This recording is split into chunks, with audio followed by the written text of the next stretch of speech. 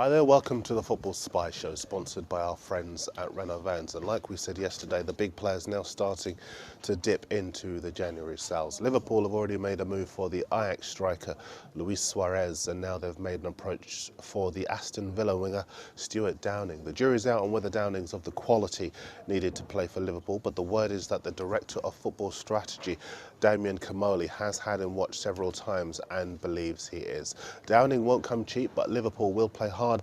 Remember, they were in for the Hamburg winger El Hierro Elia, but couldn't agree terms because his club wanted far too much for him last week. Going to be fascinating to see whether Downing does want to leave Villa for Liverpool, but he's 26, he's the club's top scorer with 5 goals, and he cost them £12 million from Middlesbrough 18 months ago. I just wonder if Villa will get back what they paid for him, or whether they will make a profit.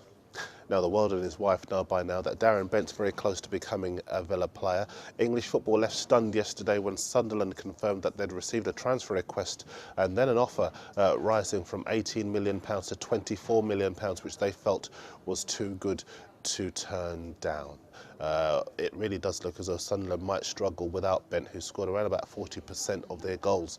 Now, one man and a club both with real problems. First, Robbie Keane has been rejected very publicly by Birmingham because he wanted too much in his personal terms. Birmingham pulled out because Keane asked for an increase on the £65,000 a week he earns at Spurs, where he's made just 13 appearances this season. Sunderland have already decided against going for him unless he lowers his wage demands, and it looks as though he's going to rot in the reserves at Spurs for the rest of the season unless he changes his mind. The club with the problem is Everton. The midfielder Stephen Pienaar already refused to sign a new deal and has been talking to Chelsea, but Spurs back in for him. They're really going to fight it out to see if they can take him away from Goodison Park. With Spurs also keen on the Everton captain Phil Neville, you wonder whether Destin, who's been making a few noises about the players leaving, could be unhappy with his situation. Just back to footballers and their financial demands. The Birmingham midfielder Sebastian Larsson priced himself out of a move to Newcastle the other day because he was asking for too much money. Now he's rejected Atletico Madrid, which I find staggering, to stay in England. Sunderland, Blackburn and Aston Villa all interested.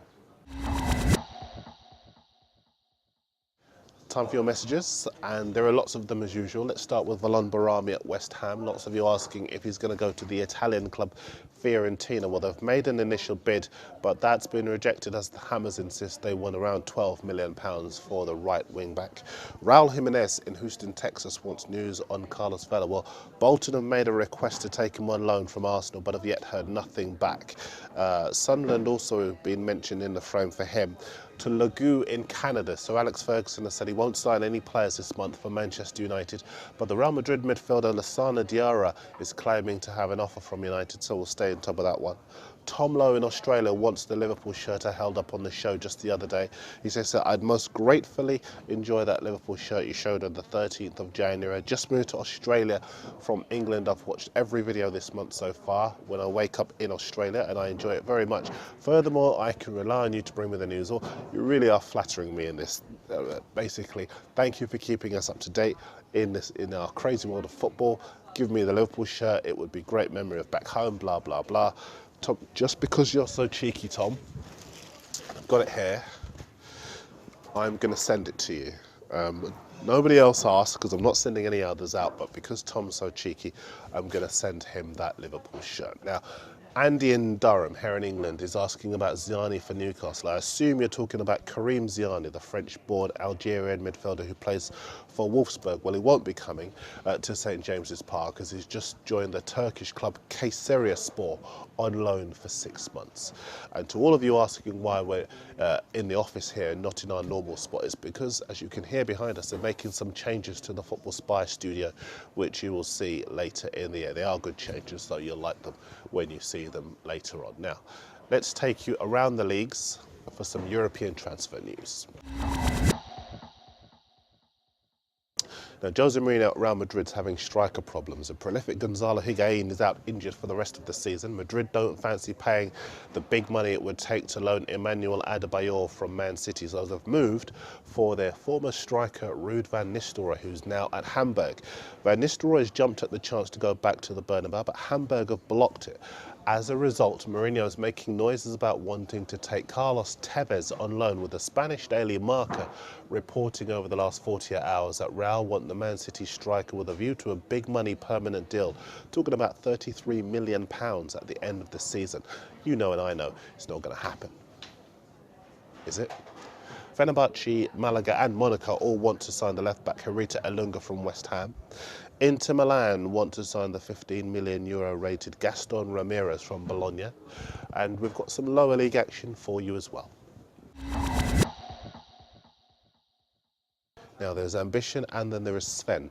The Leicester boss has already persuaded Yakubu to leave the Premier League for the Championship.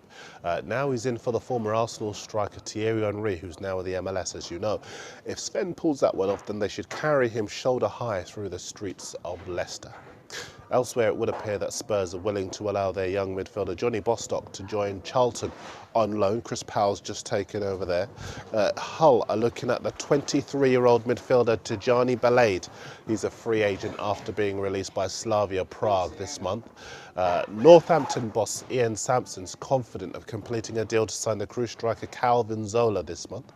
The Preston fullback Billy Jones has been targeted by Sheffield United, and Crystal Palace, Cardiff, Hull all put down offers in recent weeks for the 22-year-old Everton striker James Vaughan, but Celtic is the one that might excite him the most.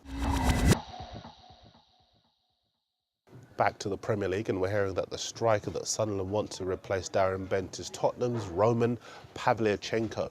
Presumably that would clear a space for the possible arrival of Luis Suarez at Spurs, but they'll have to get a move on. Liverpool very interested, as you know. Sticking with strikers, and Monaco have signed the race to sign Emmanuel Adebayor, with Real Madrid, as we said before, not keen on those wages. The Sun are reporting today that West Ham are keen on a loan move for the Liverpool midfielder Joe Cole. Good luck with that one. And we've saved the best till last, because lots and lots of you Manchester United fans have been asking if the Reds have made a move for the exciting Udinese winger come striker Alexis Sanchez. Well, United haven't, but Chelsea have, according to Udinese. The Blues have been in touch and are very, very interested indeed, so watch this space.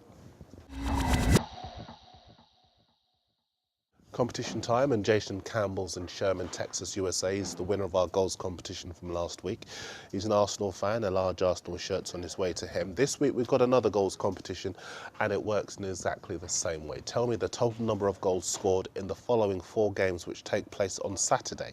They are Arsenal against Wigan, Aston Villa against Man City, Man United against Birmingham, and Wolves against Liverpool. Just those 4 games, no other games count. And just to clarify, it is not enough just to get the answer right. I have to pick you at random, obviously, for you to win. Ashley Vakakans in India, been among a number of you who have been on to ask about why you haven't won. If you get it right and I pick you, then you win the Premier League shirt of your choice.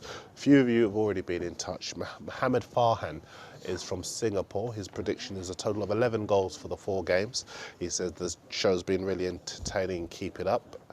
Thank you very much. Nazrin's also in Singapore, thinks it'll be 9 goals in the 4 games. Ryan from Liverpool, bless you, agrees. Vincent Clarks is in London.